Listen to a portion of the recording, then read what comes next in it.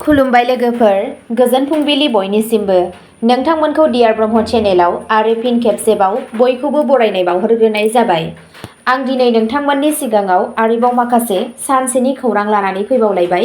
आसा खालामो नोंथांमोनहा खौरांखौ खोनासंनानै मोजां मोनगोन।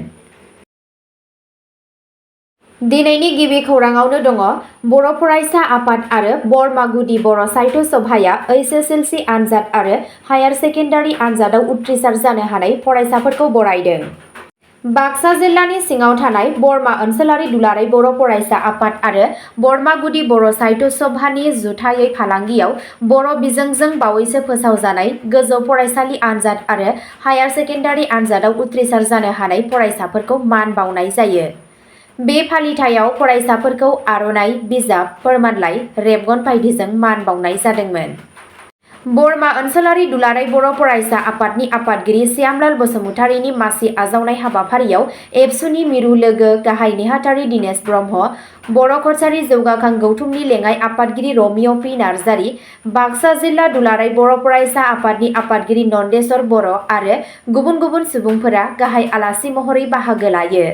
नुजाथिनाय बे सुबुंफोरा फरायसाफोरनो गावसोरनि बिबुंथिफोर होदोंमोन। बे मान बावनाया हाबाफारिखौ जुनियायै मान बावनाय हाबाफारियाव गिबि खेबनि थाखाय हायार सेकेन्डारियाव जागायजेननाय बर' बिजोंनि आनजादाव उथ्रिसार जानो हानाय फरायसाफोरखौ मान बावनाय जायो। बे मान बावनाय हाबाफारिखौ बेखेवना होयो बाक्सा जिल्ला बर' साहित्य सभानि आफादगिरि बिन'द चन्द्र सरगयारिया। साहित्य एकाडेमि बान्था मोनगिरि आरो बरमा हिनजावसा गोजौ फरायसालिनि गाहाय फोरोंगिरि देवबर रामसियारि, बरमा गुदि बर' साहित्य सभानि आफादगिरि उमेश बर', बाक्सा जिल्ला बर' साहित्य सभानि लोगो नेहाथारि दुलाल सरगयारि, बरमा ओनसोलारि दुलाराय बर' फरायसा आफादनि बारग' आफादगिरि अनसुमा बर', बरमा ओनसोलारि दुलाराय बर' फरायसा आफादनि नेहाथारि महन्त बर'आ, बरमा गुदि बर' साहित्य सभानि नेहाथारि गणपति खौरां बर' आरो बरमा ओनसोलारि दुलाराय बर' फरायसा आफादनि सोलोंथाइ नेहाथारि बिन'द बर'नि मासि सामलायनाय मेलाव हेफाजाब होयो। बे मेलाव बरमा ओनसोलनि गोबां गोजौ फरायसालि आरो गोजौसिन गेजेर फरायसालिनि फरायसाफोरा बाहागो लादोंमोन। नैथि खौराङाव दङ कार्बि आंलंआव साथाम ड्राग्स फालांगिरिखौ 20 बोसोर गोब्राब जोबथेसालिनि साजा। कार्बि आंलंआव साथाम ड्राग्स फालांगिरिफोरखौ 20 बोसोर गोब्राब जोबथेसालिनि साजा फोसावदों। मोननाय खौरांनि बायदिब्ला बिजिरसालिया 21C, 22C आयेननि सिङाव साथाम ड्राग्स फालांगिरिफोरनि बेरेखायै बे थिरांथाखौ लादोंमोन। बिजिरसालिया साथामखौबो 2 लाख रांनि जुरिमाना होदोंमोन। साथाम जगायग्राफोरनि गेजेराव सासेखौ मणिपुरनि राजेश लापांगी होनना सिनायथिनाय जादों। मोननाय खौरांनि बायदिब्ला सिखाव फालांगिरिफोरनि बेरेखायै दलाइ पुलिस थानायाव 23-22 आव मोनसे केस रेजिस्टार खालामनाय जादोंमोन। मणिपुरनिफ्राय 10 कौटि रांनि ड्राग्स जगायनाय समाव साथाम सिखाव फालांगिरिफोरखौ दिलाइ पुलिसआ पुलिसनि तालसियाव ड्राग्सजों लोगोसे हमदोंमोन। थामथि खौराङाव दङ गासै आसामाव दैबानानि एलार्ट फोसावदों। गासै आसामाव अखा हाबाय थासेयावबो गुवाहाटीनि ब्रह्मपुत्र दैमाया खैफोदनि थाखोनि गाहायाव दं, जाय दान्दिसे समनि थाखाय रैखाथि होयो। आसाम स्टेट डिजास्टार मेनेजमेन्ट अथ'रिटिनि बायदिब्ला 30 मेआव गुवाहाटीयाव दैनि थाखोआ 45.69 मिटारमोन, जाय खैफोदनि सिननिफ्राय 46.39 मिटारनि गाहायाव दंमोन। बबेखानि गासै दैबानानि थासारिया गिख्रंथाव जानानै दं। ASDMA डिब्रुगड़, तेजपुर, धुबरी आरो निमाती घाट बायदि जिल्लाफोराव दैमानि थाखो बांनाय आरो दैबानानि सांग्रांथि होनायनि सांग्रांथि होदोंमोन। फैगौ 2-3 सानसिम गोबां अखा हाबाय थानायनि नायखांनायजों बिबानगिरिफोरा लोरबां ओनसोलनि थागिरिफोरखौ सांग्रां थानो आरो रैखाथि बिथोनफोरखौ मानिनो खावलायदों। ASDMA थासारिखौ नोजोर होबाय थायो आरो रायजो-राजानि रैखाथिखौ रोखा खालामनो थाखाय सम मथै आपडेट फोसावो। ब्रैथि खौराङाव दङ दैबाना दावबायनाय समाव गुवाहाटीनि एमपिआ रायजो-राजानि रागाजों मोगा-मोगि जानांदों। गुवाहाटीनि एमपि बिजुली कलिता मेधिया 30 मेआव दैबानाजों खहा जानाय रुक्मिणीगाव दावबायनाय समाव रायजो-राजानि गोख्रों रागाजों मोगा-मोगि जानांदोंमोन। गोबां साननि अखा हानायनि जाहोनाव दै लोमसावनाया सोलिबाय थानायनि जाहोनाव जायगानि सुबुंफोरा बिथांजोनि नायदिंनाय समाव रागा जोंनाय दिन्थिदोंमोन। बिथांजोआ दैबाना जानाय लामाफोराव आगान होनायनिफ्राय गोजानाव थादोंमोन। जायनि जाहोनाव सासे थागिरिया सोंखारिनानै बिथांजोखौ गाहायाव फैनो आरो गावनि थाखाय दैखौ नायनो थाखाय लिंहरदोंमोन। भिडिअ'आव हमजानाय बे बुब्लिया भाइरेल जादोंमोन, जाय गुबुनफोरनिफ्राय मिनिनाय आरो आखाइ खबजादोंमोन। गोबाङानो गोहोम गोग्लैनाय सुबुंफोरजों थोंजोङै सोमोन्दो लायैनि थाखाय एमपिखौ सोंखारिदोंमोन। बे जाथाया दैबानानि थियारिफोर आरो बिबान होनायनि सायाव ससियेल मिडियानि दान्थे-बिदान्थेखौ जागायदोंमोन। गुवाहाटीआ गाज्रियैनो दैजों लोमसावजानानै दं। सुबुंफोरा इयुनाव बेबादि जेंनाफोरखौ होबथानो थाखाय गोख्रै रैखाथि आरो गोलाव समनि राहा दाबि खालामगासिनो दं। बाथि खौराङाव दङ बिजिरगिरि लानुसुंखुम जामिरखौ गुवाहाटी गोजौ बिजिरसालिनि मावथ'नाय गाहाय बिजिरगिरि थिसनदों। गुवाहाटी गोजौ बिजिरसालिनि देरसिन बिजिरगिरि लानुसुंखुम जामिरखौ मावथ'नाय गाहाय बिजिरगिरि महरै थिसननाय जादों। बिथांनि थिसनथाया बारग' गाहाय बिजिरगिरि बिजय बिश्नयखौ गोजौसिन बिजिरसालियाव थिसननायनि उनाव खालामनाय जादोंमोन। भारत सोरखारजों फोसावजानाय फोसावथाय गोजौ बिजिरसालिनि रेजिस्ट्रार जेनेरेलजों रोखा खालामजादोंमोन। मावथ'नाय गाहाय बिजिरगिरि महरै बिजिरगिरि जामिरनि आवथायाव आसाम, नागालेन्ड, मिज'राम आरो अरुणाचल प्रदेश थागोन। बे बिथोनखौ आयेन आरो न्याय मन्थ्रि बिफान, न्याय बिफान, गोदान दिल्लीआ फोसावदोंमोन। बे गोदान बिबानजों बिजिरगिरि जमीरआ गासै ओनसोलाव न्यायारि सैथोथि आरो आखा-फाखाथिखौ लाखिनायनि मिजिं थिजादों। द'थि खौराङाव दङ गाज्रि बोथोरनि थाखाय आनजादफोरखौ फावसायनाय जाबाय। दिनै 1 जुनआव जानो गोनां जिल्ला प्रग्राम मेनेजार (डिपिएम) आरो उफ्रा जिल्ला प्रग्राम मेनेजार (एडिपिएम) नि लिरनाय आनजादफोरखौ गाज्रि बोथोरनि थासारिनि थाखाय दोनथ'नाय जादों। रिपर्टनि बायदियैब्ला आनजादआ दिनै टिसि सोरखारि गोजौ फरायसालि, टिसि गभर्नमेन्ट हिन्जावसा गोजौ फरायसालि आरो एमपि फरायसालि गुवाहाटी क्लाबआव खुंजानांगौमोन। एडिपिएम आनजादआ फुंनि 10 रिंगानिफ्राय सानजौफुनि 12 रिंगासिम आरो डिपिएम आनजादआ बेलासिनि 1:30 रिंगानिफ्राय बेलासिनि 3:30 रिंगासिम थि खालामनाय जादोंमोन। बिबानगिरिफोरा रैखाथिनि जिंगाफोरखौ दोनथ'नायनि जाहोन महरै मुंख'दोंमोन।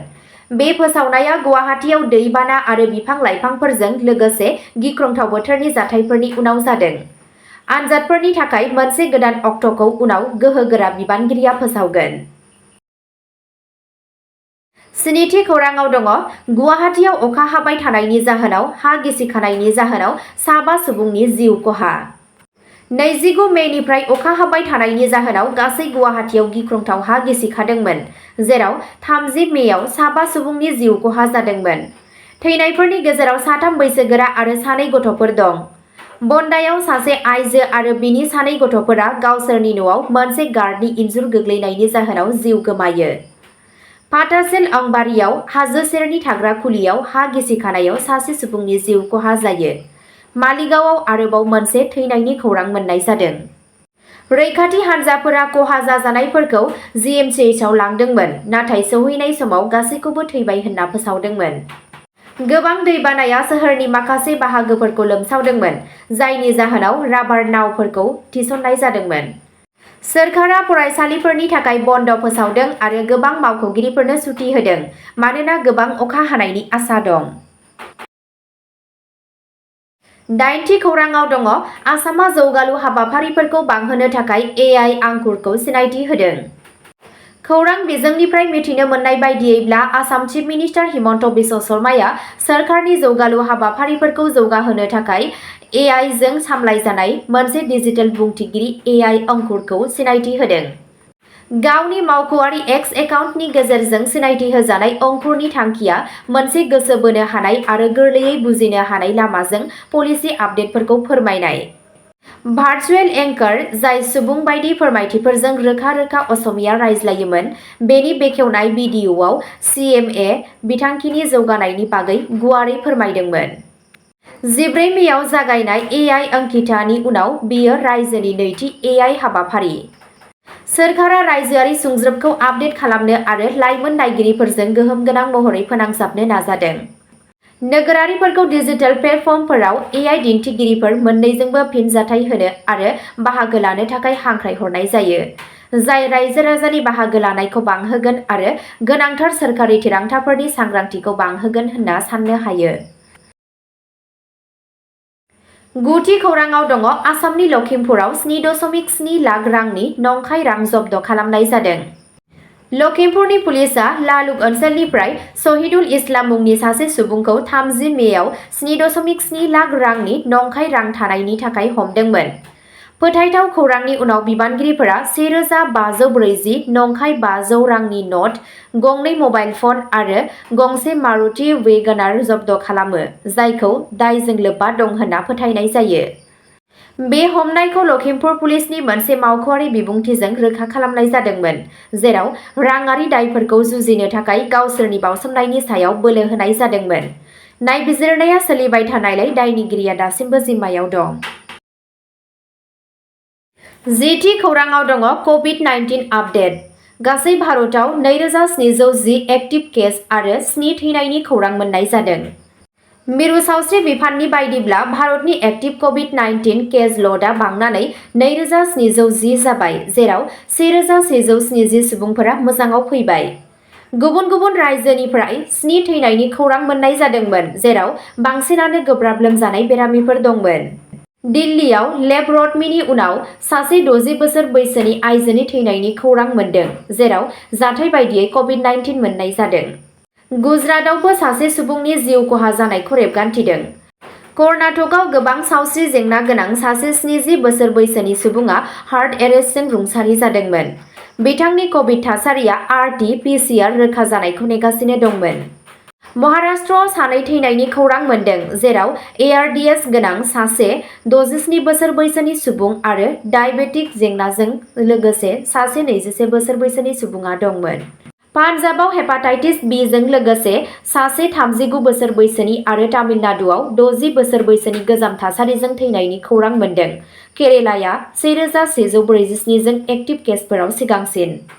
मिरु सावस्रि रायजो मन्थ्रि प्रतापराज यादवआ रायजो राजाखौ खोथा होदोंमोन दि सोरखारा आबुङै थियारि, गोनांथि जायोब्ला थिसननायनि थाखाय नायबिजिरनाय आरो जौगाहोनाय कभिड-19 बिथायारि सानज'थाय थियारि।